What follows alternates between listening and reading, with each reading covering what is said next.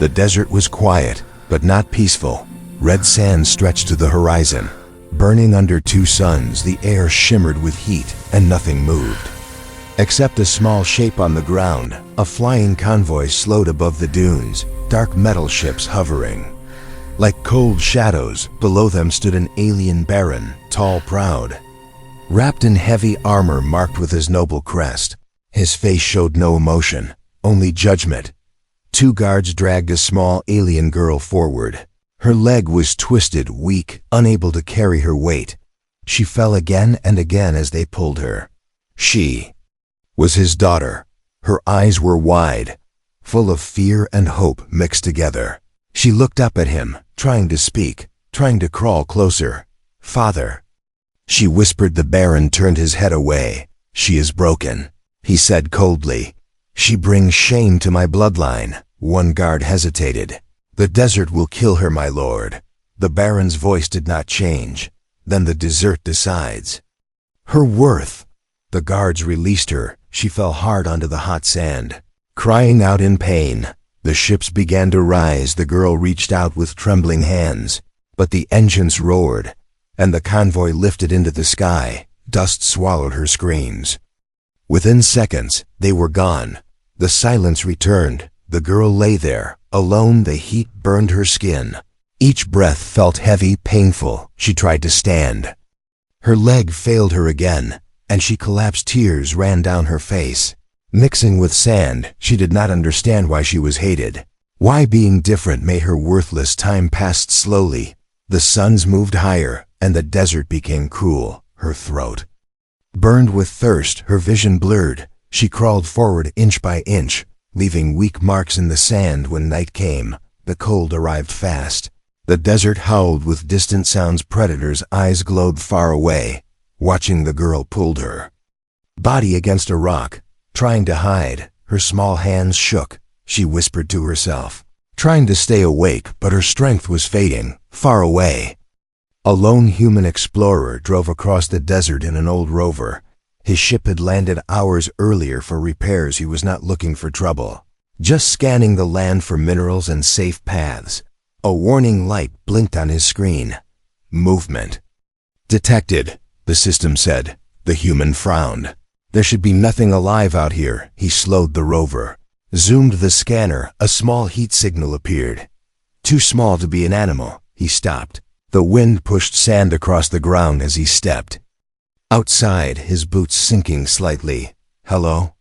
he called, unsure. No answer. He followed the signal, walking carefully. Then he saw her, a small alien body, curled near a rock, her skin pale, cracked from heat and cold. At first, he thought she was dead.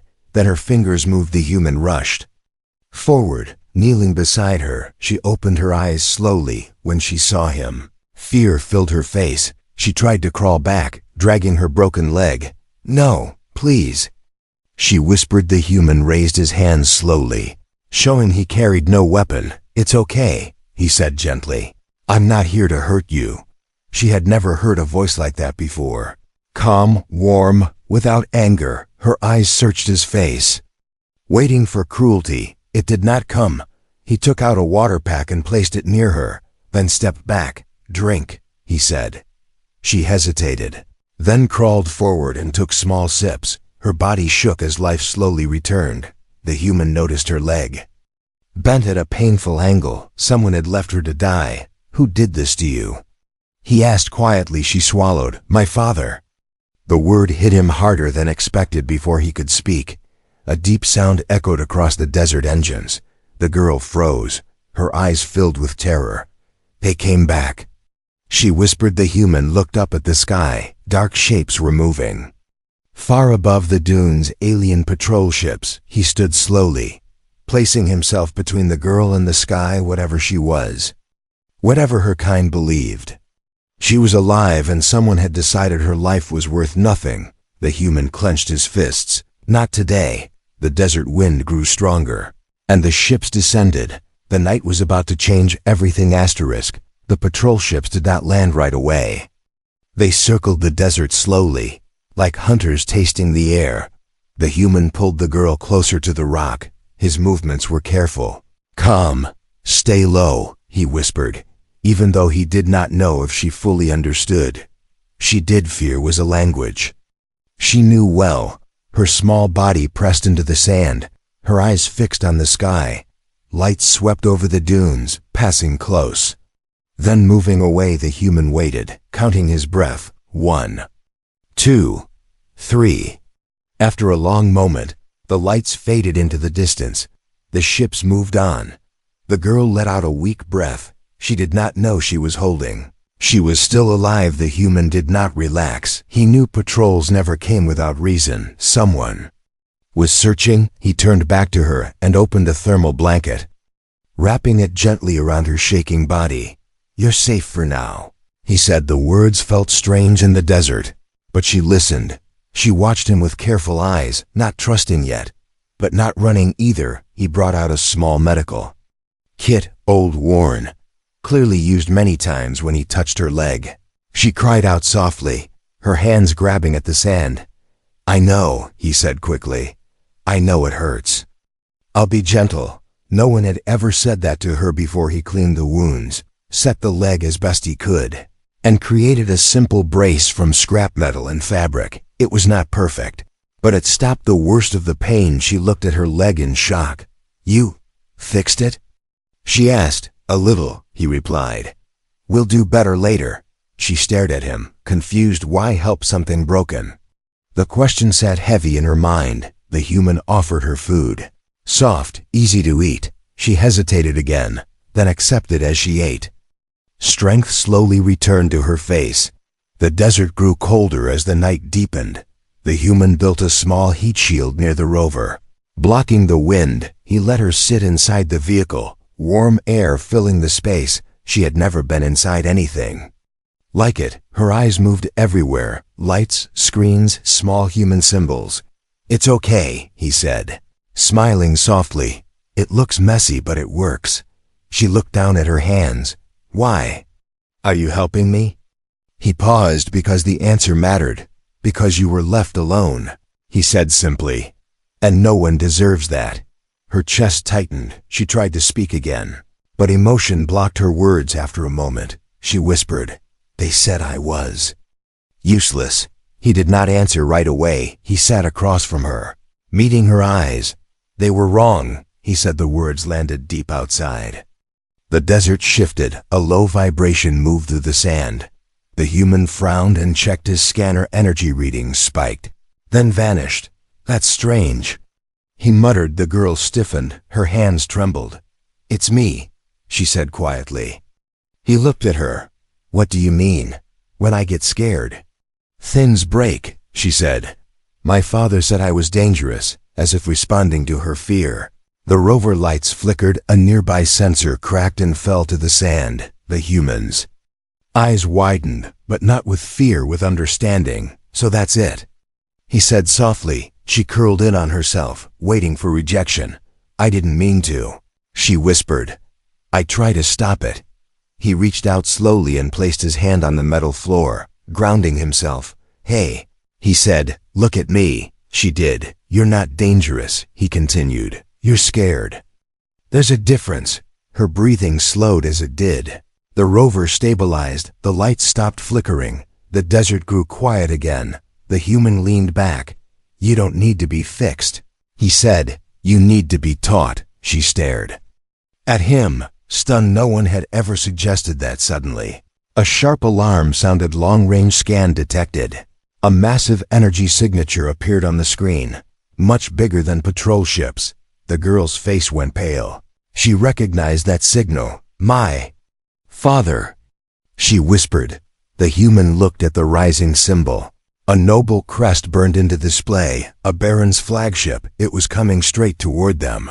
The human shut down the rover lights. "Then we don't have much time," he said calmly. He looked at the girl, really looked at her, not as broken, not as weak, but as something powerful and hunted. "Can you trust me?" he asked. She hesitated only a second. Then she nodded. Outside, the desert wind howled louder, and far above, the shadow of her father's ship began to cover the sand. The ground began to hum long before the ship appeared. A deep sound that pressed into the chest. The human felt it through his boots. Through the rover's metal frame, the girl felt it inside her mind. She curled her fingers tight, trying to hold the fear back. "It's close," she whispered. The sky darkened as a massive shadow passed over the dunes. The Baron's flagship moved slowly, proudly, as if the desert itself belonged to it. The human powered down everything. Screens went black, lights died. Only silence remained. They waited, seconds stretched, then beams of light cut into the sand. Drop ships fell from the flagship, landing hard. Sending dust into the air, armored soldiers poured out, their armor marked with the Baron's crest. "She must be erased," a commander said through speakers. "Search every dune." The girl flinched at the words. The human tightened his jaw. They moved fast, disciplined, scanners sweeping. Weapons ready. A sensor spike flashed briefly inside the rover. The girl gasped.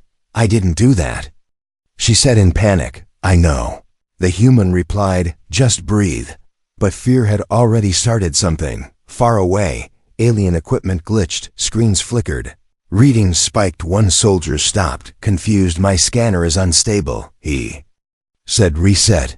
The commander ordered. The human saw his chance. He opened the rover door slightly and stepped out.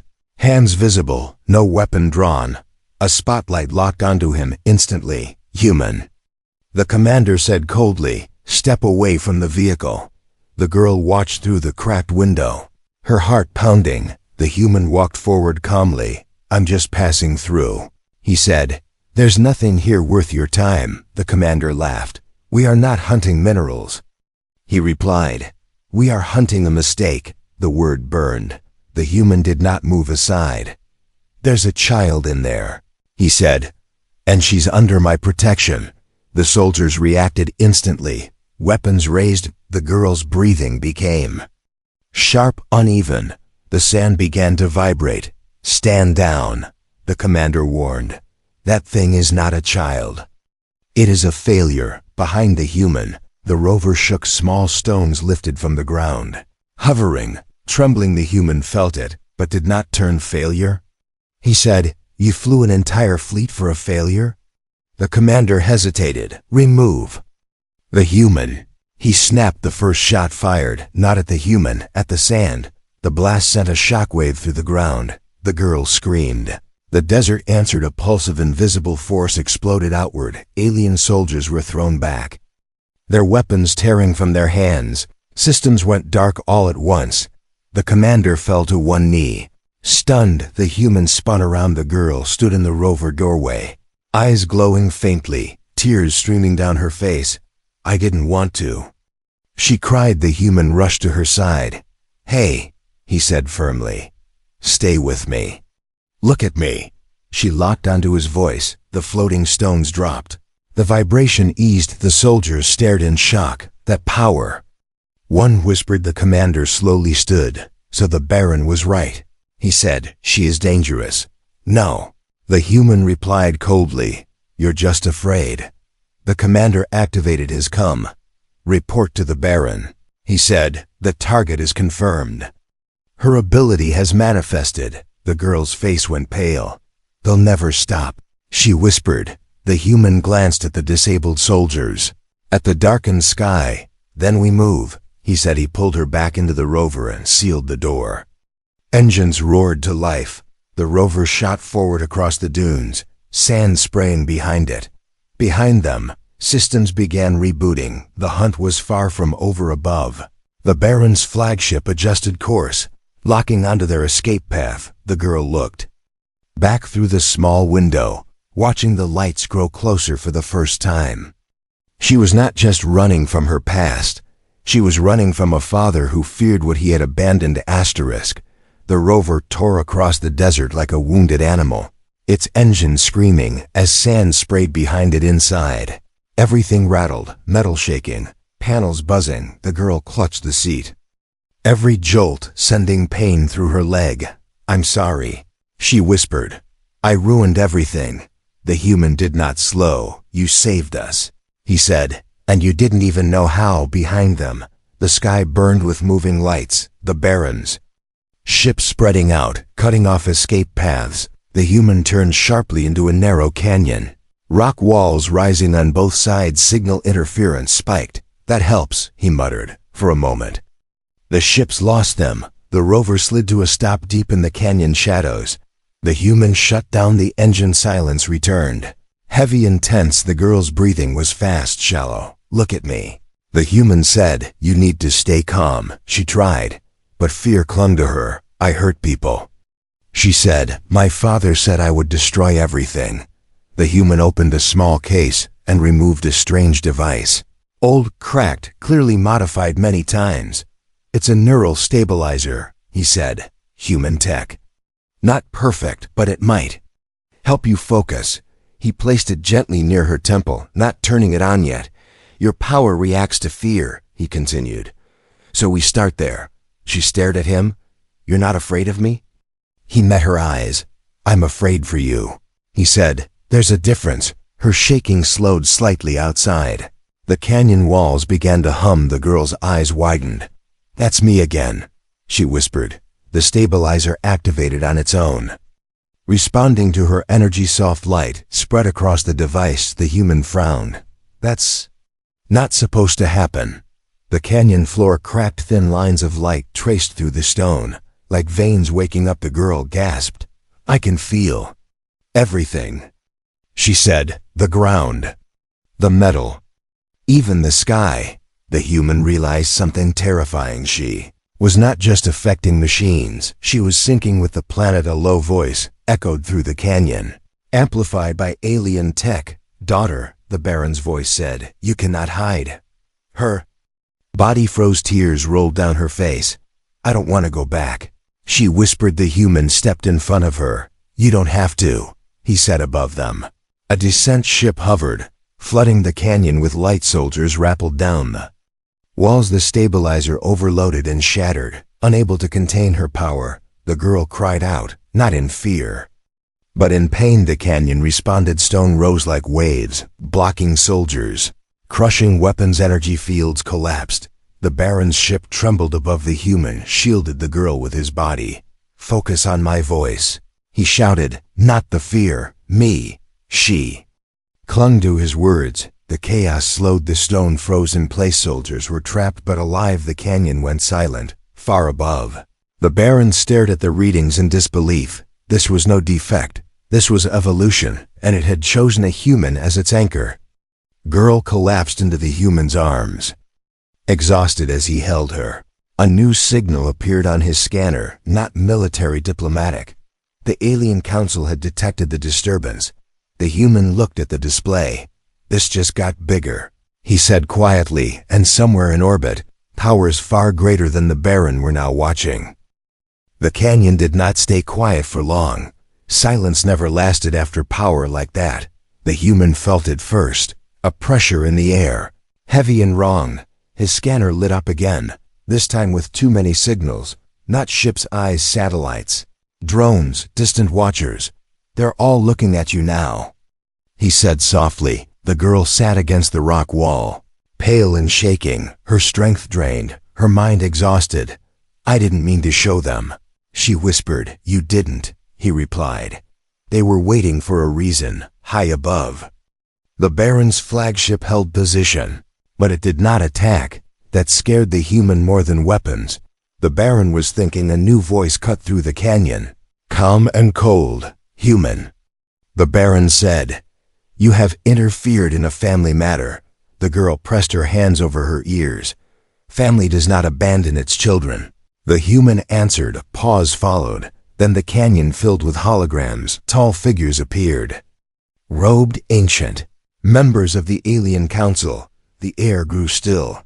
The girl had never seen them so close. One of the council spoke, its voice slow and deep. The anomaly has been confirmed, it said. The child is not defective. She is rare. The Baron stiffened. She is unstable, he argued. She threatens our order. The human stepped forward. No, he said. She threatens your control. The words echoed. The girl looked up, confused. Rare, not broken. The council studied her, their eyes glowing with data. She resonates with planetary systems. One said, "A living interface." The Baron's voice sharpened. "She belongs to my house. She belongs to herself."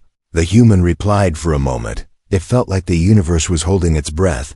Then the Baron made his choice. "Take her." He commanded. The flagship's weapons powered up. The council shouted in alarm. But it was too late. Energy surged toward the canyon. The girl screamed as fear exploded inside her. The ground split open. Not violently, precisely a massive energy wave rose around her, forming a shield made of stone and light. The blast hit it and stopped. The flagship's systems failed instantly. Lights went dark, engines died. The ship drifted, helpless across every channel. Alarms sounded. The Baron stared at his screens in horror. The council watched in stunned silence. The human stood inside the shield, feeling the power hum like a heartbeat. He looked at the girl. "You did that," he said, "and you're still in control." She realized something then. Her power did not answer fear anymore. It answered trust. The shield faded. The canyon remained whole. The girl stood, leaning on her brace, stronger than she had ever been. The council spoke again. "The Baron is relieved of command," it declared, effective immediately. The Baron shouted in rage, but no one listened. The girl turned to the human. "What happens to me now?" she asked. He smiled gently. "Now," he said, "you get to choose above them. Ships repositioned, not as hunters, but as witnesses." And for the first time in her life, the girl was no longer running. She was becoming something the galaxy could not ignore. Asterisk. The desert did not cheer. There were no celebrations, no victory cries, only a long, heavy silence. The Baron's flagship drifted in the sky like a wounded beast, its lights dim, its power gone. The girl stood near the canyon edge, the wind moving gently around her. For the first time, she was standing on her own. Her legs still hurt, but she did not feel weak anymore. The human watched her quietly, giving her space above them. A small transport descended, marked with the seal of the alien consulate, landed slowly, carefully, as if afraid of disturbing the ground. 3 council envoys stepped out, their eyes fixed on the girl. They did not look at her with fear, they looked with awe. "You are a rare convergence," one envoy said, "a bridge between mind, machine, and world." The girl lowered her head. "I don't want to hurt anyone," she said softly. The envoy nodded. "And that is why you are dangerous to tyrants," it replied. The Baron's image appeared again, his face twisted with anger and shame. "She belongs to my blood," he snapped. "I demand her return." The girl flinched. The human stepped forward before she could speak. "She's not property," he said firmly, "and she's not your mistake to erase." The Baron's eyes burned. "You are nothing but a passing human," he said. "She will outgrow you." The girl lifted her head. "No," she said. Her voice was quiet, but it carried. "You abandoned me," she continued. "You taught me fear. He taught me trust." The desert responded with a low hum, not violently, but in agreement. The Baron's image flickered. The council envoys exchanged looks. "Baron," one said, "your claim is rejected." The words fell like a final blow. The Baron shouted, but his voice cut out. The transmission ended. The girl let out a breath. She had held her entire life. Her shoulders shook. The human moved closer. "You did that," he said gently. "You stood up." She looked at him. "I'm still scared," she admitted. He nodded. "So am I," he said. "But fear doesn't mean stop. It means move carefully." The council envoys turned to the human. "She requires guidance," one said. "Human methods appear compatible." The human blinked. "You're asking me?" "You are her anchor," the envoy replied. The girl's eyes widened. "You would stay?" she asked. He smiled. "If you want me to." She nodded quickly. "Yes." The council envoy raised a hand. "Then a new path is approved," it declared. "Not exile, not control. Choice." The wind swept through the canyon once more. Not cold, not cruel, but calm above them. The Baron's broken ship was escorted away, small, powerless. The girl watched it leave. She did not feel hatred, only relief. She turned to the human. "I don't feel broken anymore," she said. He looked at her and smiled. "You never were. High above, New signals lit the sky, not weapons, not threats, but open channels. The galaxy was no longer asking what she was, it was asking who she would become. The desert looked different in the morning, not kinder, just honest. The suns rose slowly, light touching the canyon walls where fear once lived. The girl stood at the edge of the sand, feeling the ground beneath her feet. It felt steady, alive. For the first time, the desert did not reject her. Behind her, ships hovered at a respectful distance, not guarding, not chasing, waiting. The alien council watched silently, their presence heavy but calm. The human adjusted the strap on her brace, checking it one last time. "You ready?" he asked. She nodded. "I think so." A small transport lowered itself nearby. Its doors open. One of the council envoys stepped forward. "You may remain under our protection," it said.